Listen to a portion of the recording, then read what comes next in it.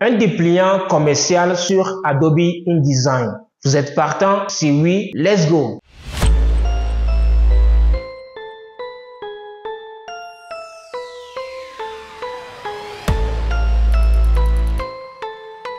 Salut les amis, j'espère que vous allez tous bien. Moi aussi je vais également super bien et je suis très content de vous retrouver encore une fois dans la classe de designer graphique. Dans cette vidéo, nous allons concevoir un dépliant sur Adobe InDesign. Mais le plus important, ce n'est pas le dépliant en réalité, mais plutôt les différentes règles fondamentales qu'il faut respecter si jamais votre fichier va être envoyé à un imprimeur offset pour des impressions. Parce que pour envoyer un fichier à un imprimeur offset, il y a certaines règles, il faut toujours les respecter. Par exemple, la colorimétrie, il ne faut jamais envoyer un fichier en RGB à un imprimeur offset, ni un fichier sans les fonds perdus, ni les traits de coupe. Sinon, au final, vous allez dire que, oh, lui, il a gâté mon boulot, il a rogné les informations, le truc n'est pas bien fait, l'impression n'est pas de top qualité, les couleurs ne sont pas bien sorties, ainsi de suite. Alors que à la base, le problème provenait de vous. Et donc, on se retrouve sur Adobe InDesign et voir quelles sont les différentes règles fondamentales qu'il faut respecter pour envoyer un fichier de top qualité à votre imprimeur.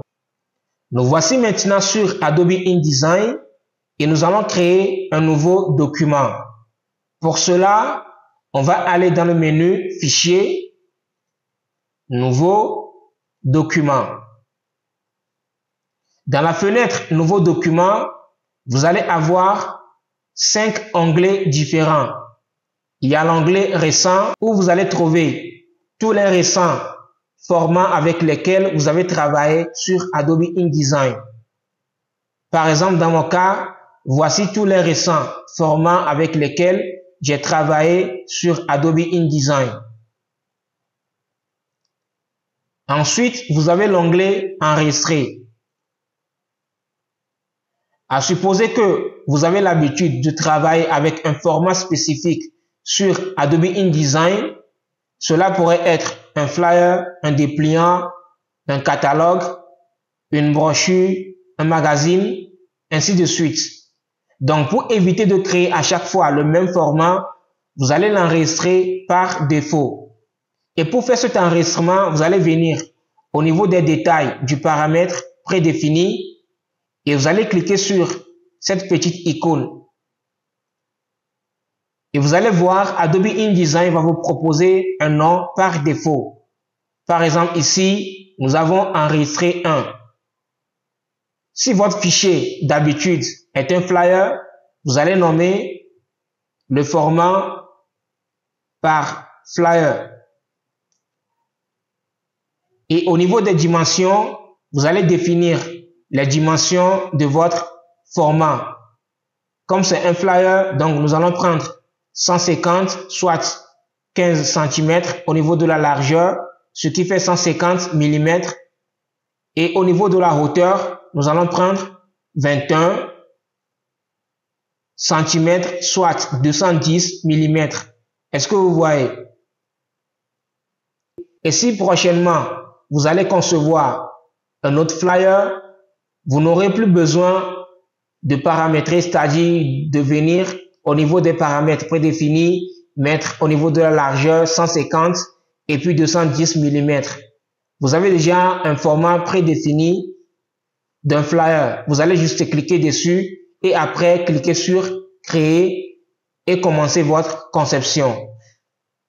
Ensuite, vous avez l'onglet impression. Sur l'onglet impression, vous allez avoir les formats standards d'une impression, à savoir le A4, un format lettre, un format légal, tabloïd, ainsi de suite. Il y en a plein d'autres. Pour les voir, vous allez juste cliquer sur afficher tous les paramètres prédéfinis plus. Et voilà, nous avons les autres formats prédéfinis d'impression proposés par Adobe InDesign. Vous voyez un peu. Ensuite, vous avez l'onglet web réservé à toute affiche qui sera utilisée sur le web. Et ensuite, vous avez l'onglet mobile. Nous allons maintenant retourner sur l'onglet impression et nous allons définir le format de notre dépliant. D'habitude, un dépliant est toujours de format A4. Les dépliants traditionnels, c'est-à-dire les dépliants à 3 volets. Et donc, par défaut, nous avons déjà ici un format A4 210 mm par 297 mm. Sauf que au niveau de l'orientation, nous avons du portrait. Donc, nous allons mettre cela sur paysage. Et au niveau des pages, nous allons prendre 2, puisque un dépliant, c'est un recto verso. Donc, pour avoir un fichier en recto verso, nous avons besoin de 2 pages.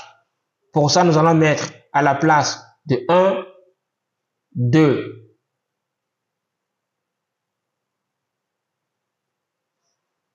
Et ensuite, nous allons cliquer sur Créer. Nous allons maintenant voir la toute première règle, le fond perdu. Alors, pourquoi un fond perdu est très important pour chaque fichier qui doit être envoyé en offset?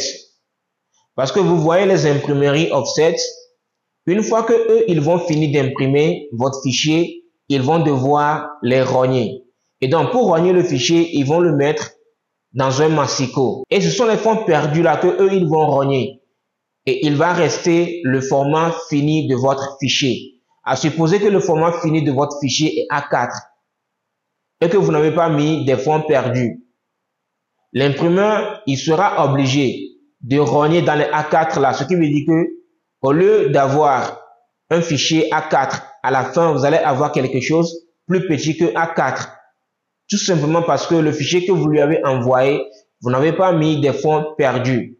Et cela peut créer des polémiques entre vous et l'imprimeur à la fin, ce qui n'est pas bien. Donc, pour éviter cela, avant d'envoyer n'importe quel fichier en offset, mettez toujours des fonds perdus.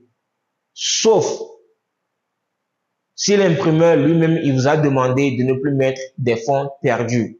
Vous voyez un peu. Donc, comment faire pour mettre les fonds perdus sur un fichier sous Adobe InDesign? Donc, vous partez dans le menu Fichier,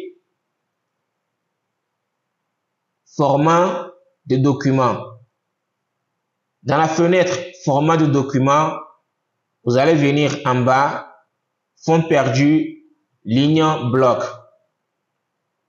Et là où on a écrit fonds perdus, à supposer que le fond perdu, nous voulons prendre 5 mm, c'est-à-dire 0,5 cm.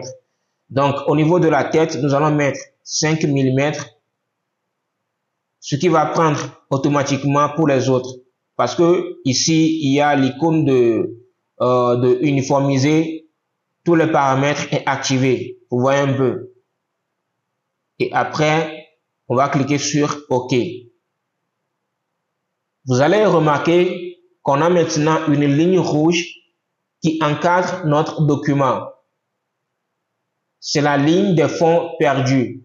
Et donc, pour bien identifier cela, nous allons prendre l'outil rectangle et nous allons faire ceci, que nous allons remplir d'une couleur bleue.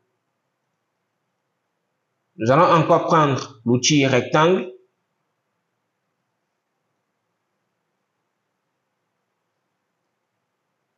que nous allons remplir d'une couleur blanche.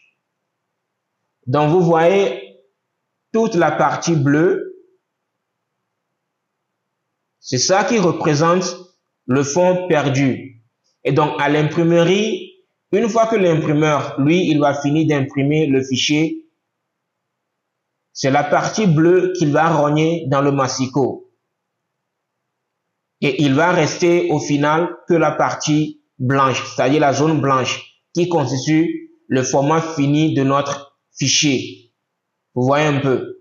Nous allons maintenant voir la seconde règle très importante pour chaque fichier qui doit être envoyé en offset. Il s'agit de la marge. Alors, pourquoi la marge est si importante? Tout simplement parce que c'est la marge qui va vous permettre d'avoir cet espace vide là entre le contenu de votre fichier et le bord de votre fichier. En quelque sorte, la zone de sécurité en fait. Si on peut le dire, la marge constitue la zone de sécurité entre le contenu de votre fichier et le bord de votre fichier. Vous voyez un peu. Par exemple, ici, on n'a plus de marge. À supposer qu'on a un texte comme ça sur notre document.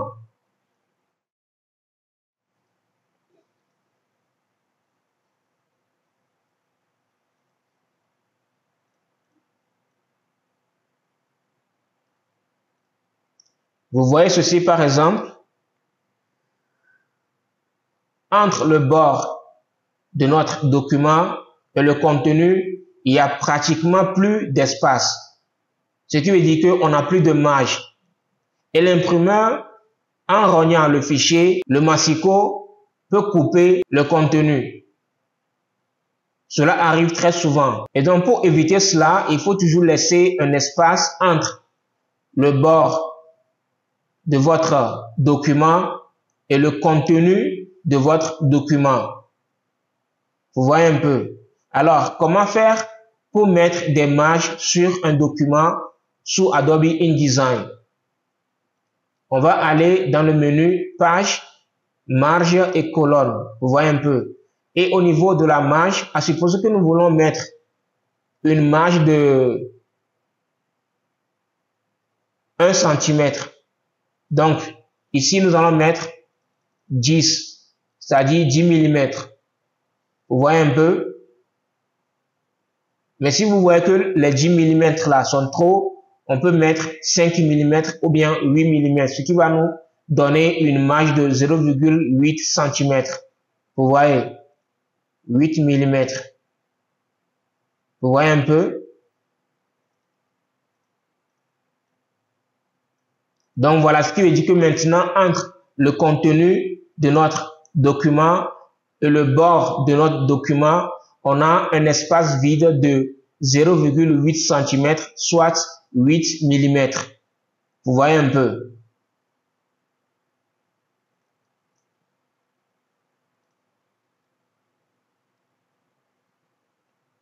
Donc voici la marge de notre document. Nous allons encore prendre l'outil rectangle.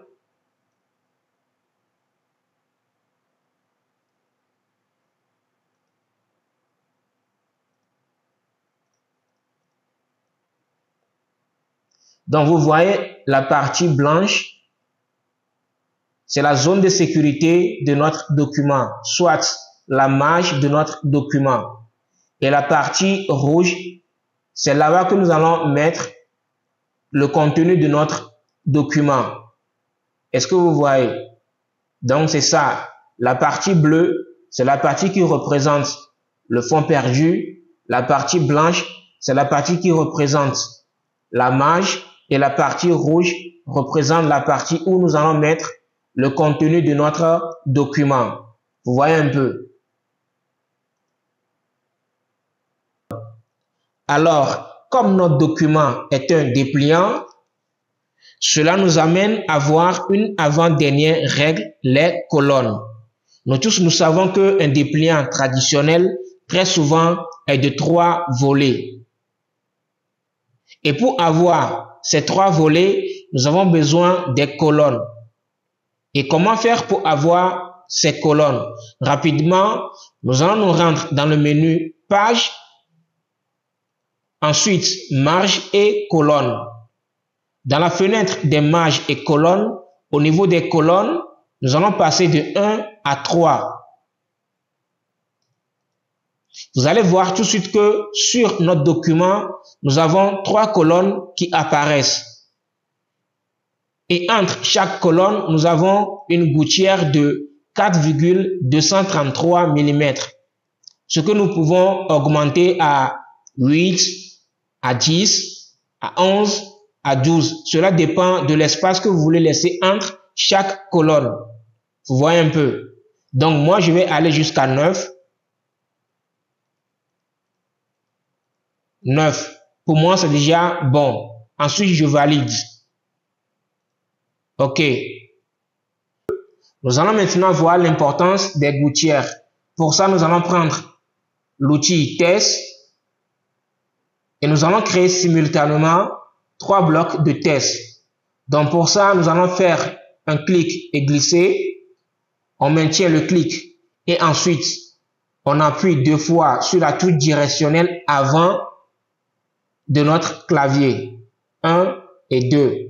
Là, on a 3 blocs de test que nous allons ajuster sur notre document. Vous voyez un peu. Et nous allons remplir chaque bloc de test avec un test de substitution. Pour ça, nous allons faire un clic droit, remplir avec le test de substitution.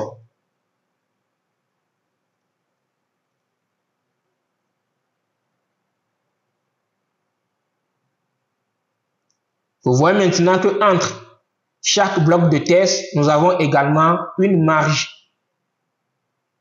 Une marge qu'on a créée à l'aide des gouttières. Vous voyez un peu. Et l'imprimeur, à son niveau, il va se servir de la marge des gouttières, c'est-à-dire des gouttières pour rainer le dépliant, c'est-à-dire pour plier le dépliant. Vous voyez un peu. Donc, nous allons identifier le milieu où l'imprimeur va plier le dépliant. Pour ça, nous allons prendre les règles. Voilà. Le premier milieu et ensuite le second milieu. Donc, l'imprimeur, il va rainer, il va chercher le beau milieu de chaque gouttière pour rainer ou bien pour plier le dépliant. Vous voyez un peu. Parce que souvent, quand il n'y a pas cela, pour rainer un dépliant, des fois, on plie les contenus, c'est-à-dire le pli tombe sur le contenu, ce qui n'est pas bien. Donc, les gouttières vont permettre à l'imprimeur d'éviter cela. Vous voyez un peu. On peut ainsi le dire, une zone de sécurité entre chaque bloc de contenu du dépliant.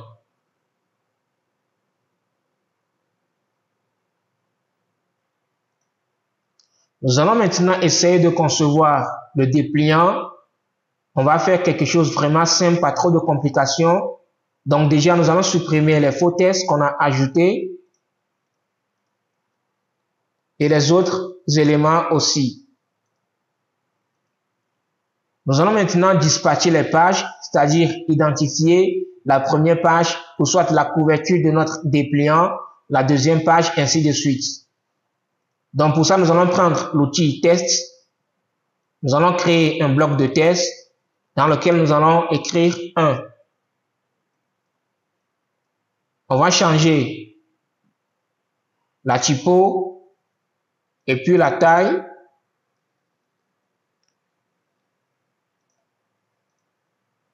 Pour avoir quelque chose vraiment visible. Donc, ici, on a 1, ce qui représente la couverture de notre dépliant. Maintenant, la deuxième page.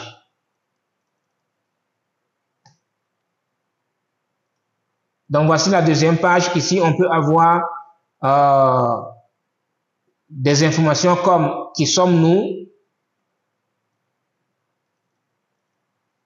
La page 3, nos valeurs ou bien nos objectifs ou bien la mission ou bien les missions, je ne sais pas trop. Ici, la page 4, on peut avoir nos valeurs.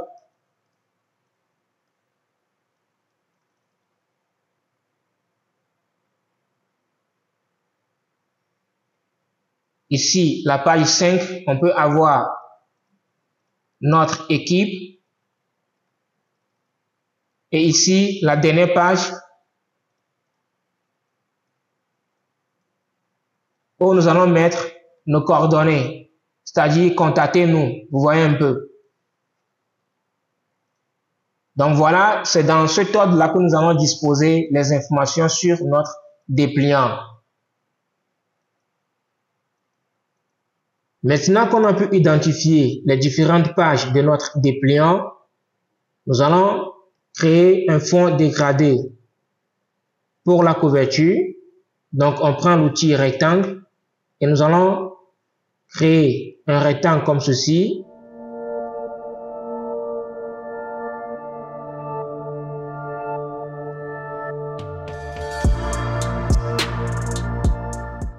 Le rectangle doit aller dans les fonds perdus.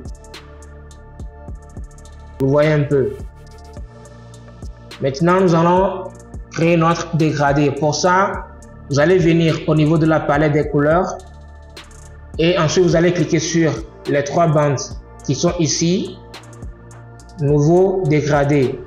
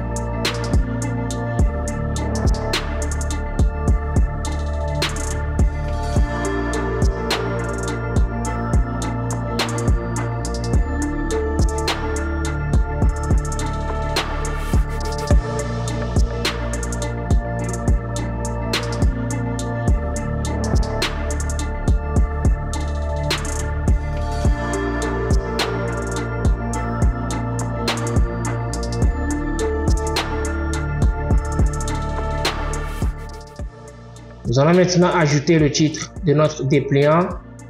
Nous allons mettre quelque chose de banal.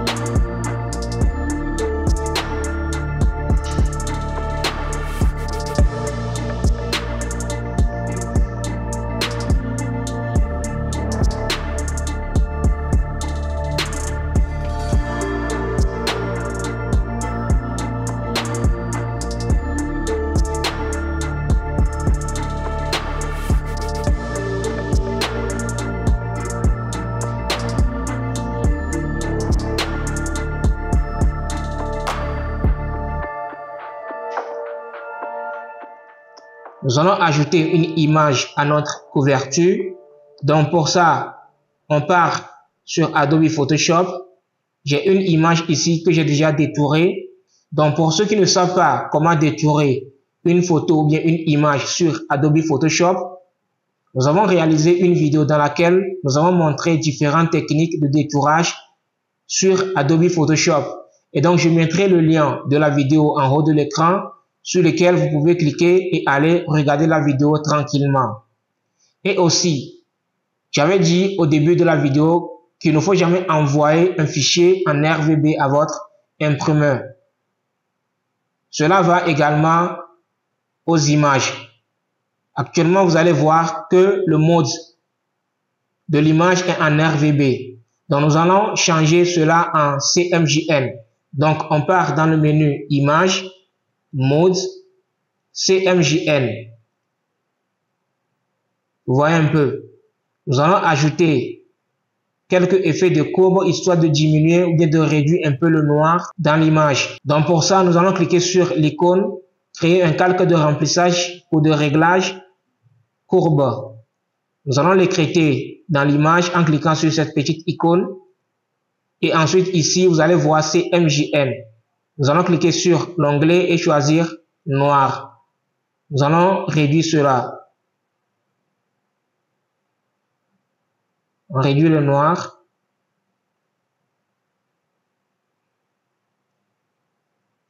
OK. Ensuite, nous allons enregistrer l'image. Maintenant, on retourne sur Adobe InDesign et nous allons faire CTRL D ou commande D si vous êtes sur Mac.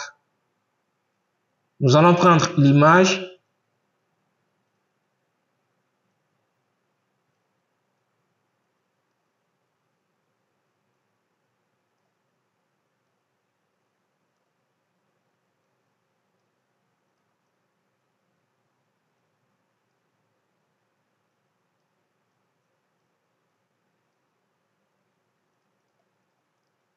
Voilà, maintenant, on vient d'ajouter notre image à notre dépliant. On va remonter un peu le titre. Voilà, moi je pense que c'est bien. On va essayer de créer quelques graphiques histoire d'orner un peu la couverture.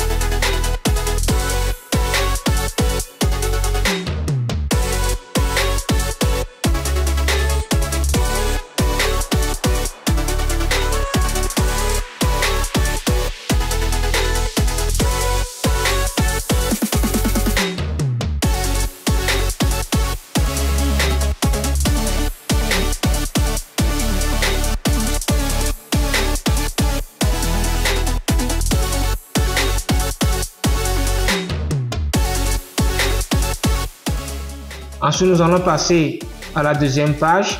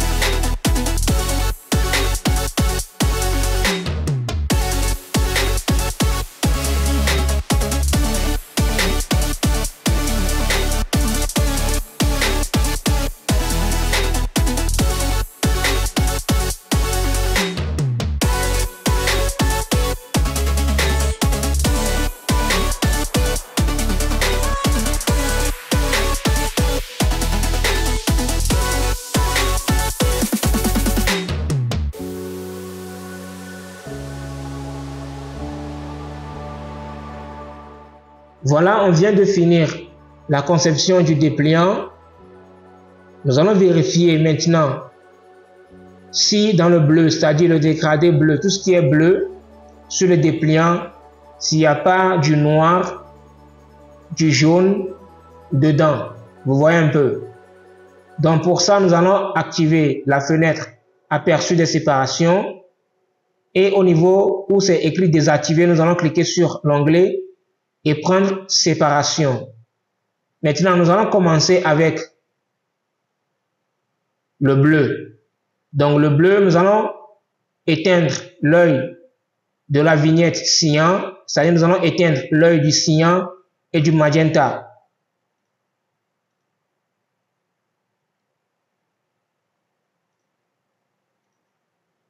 Vous voyez maintenant que tout ce qui est bleu sur le dépliant a disparu.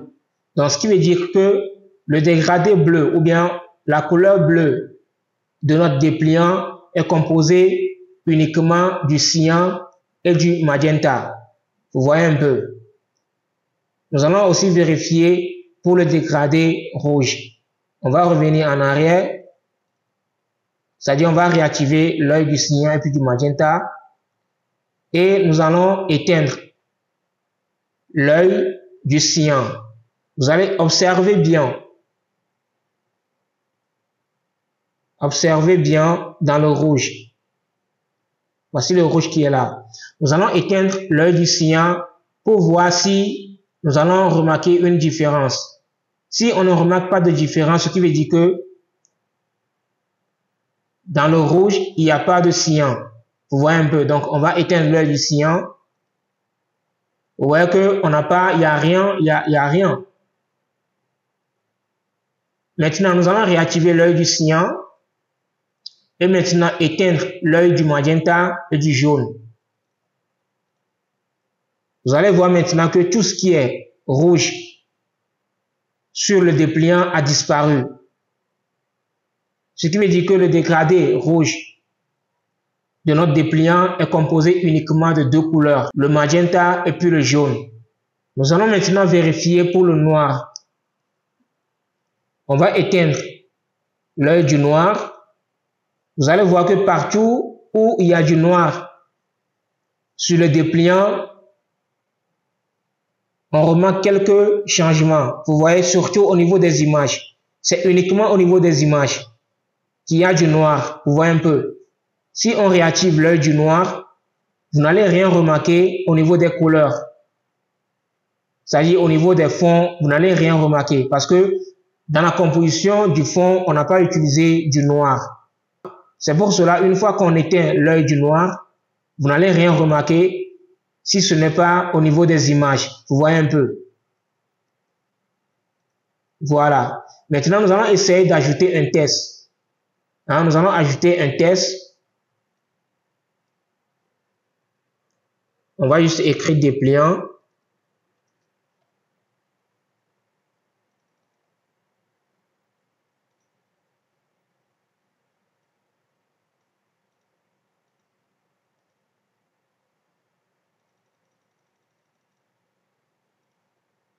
On va changer la couleur, on va prendre du noir.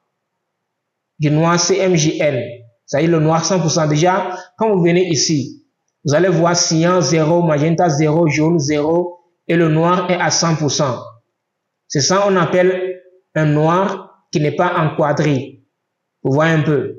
Maintenant, on va vérifier la séparation. On va éteindre l'œil du noir. Vous voyez que le test aussi a disparu. On va réactiver le noir. Et on va éteindre tous les autres.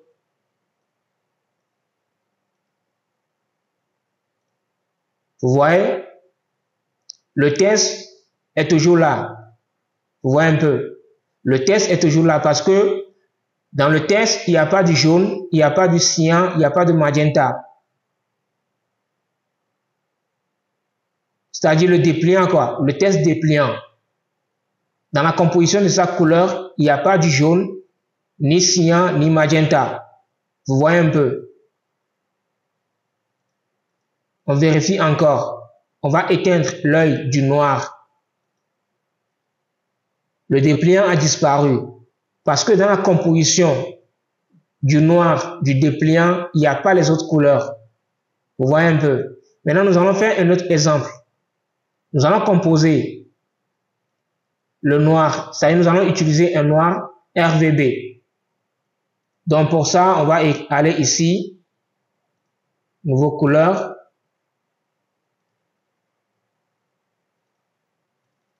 Ou soit ici.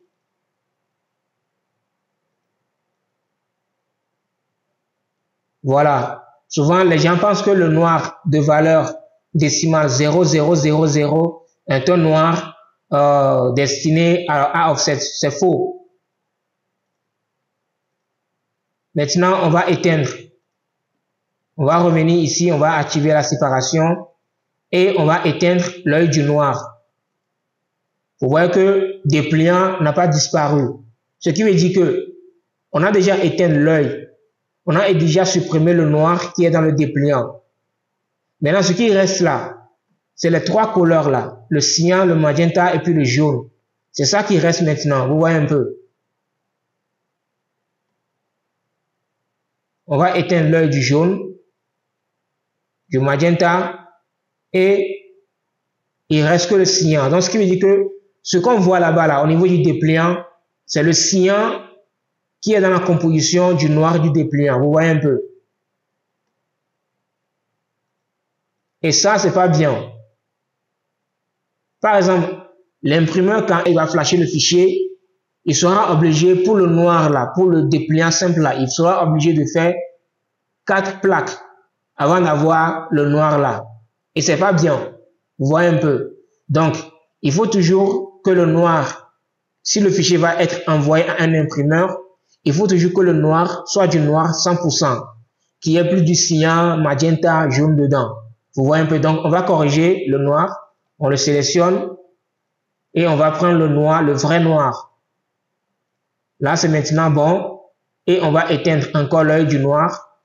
Vous voyez que maintenant, ça a encore disparu. Ce qui veut dire que dans la composition du noir du dépliant, actuellement, il n'y a pas cyan, magenta et jaune dedans. Est-ce que vous voyez? C'est très important. C'est très très important. Une fois que le fichier va être envoyé à un imprimeur offset, ces choses sont très importantes à prendre en compte.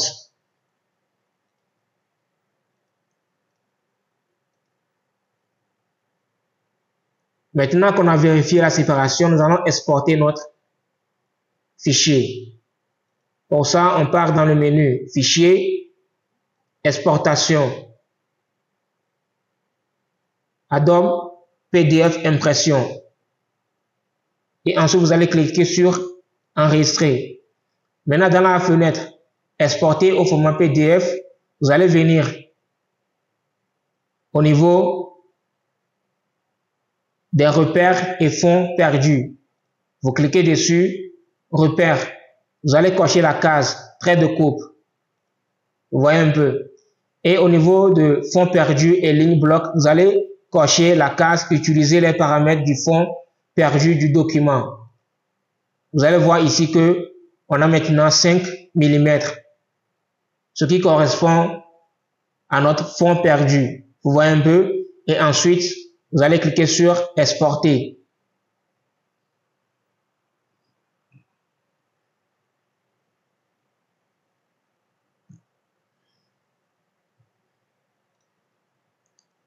Là, maintenant, on vient d'exporter notre dépliant.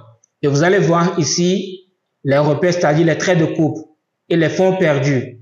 Maintenant, quand vous allez envoyer ceci à votre imprimeur, une fois que lui, il va finir d'imprimer le fichier, au niveau du rognage, il va rogner le fichier en tenant compte des repères et le fond perdu. Vous voyez un peu. Et après, vous aurez votre format fini, le A4. Vous voyez un peu. Et maintenant, au niveau du rainage, il va identifier le beau milieu. Déjà, les milieux sont là. Vous voyez un peu. Il va identifier le beau milieu et rainer parfaitement le dépliant. Vous voyez un peu. Voici la deuxième page. La première page. et la deuxième page, c'est-à-dire le recto et le verso. Donc voici maintenant arrivé à la fin de cette vidéo. J'espère que vous avez aimé et que vous avez appris de nouvelles choses. Et que maintenant, pour envoyer un fichier à votre imprimeur offset, vous savez quelles règles il faut respecter pour avoir une finition de top qualité à la fin. Et si vous avez aimé cette vidéo, faites-le moi savoir dans les commentaires, vos avis, vos remarques, ainsi de suite. Cela va faire grandir la communauté. Et si c'est la première fois que vous découvrez la chaîne, n'oubliez pas de vous abonner et d'activer la cloche de notification pour ne louper aucune de nos prochaines sorties. Et laissez un gros pouce bleu, ça fait toujours un grand bien. D'ici là, portez-vous bien. On se dit à très bientôt.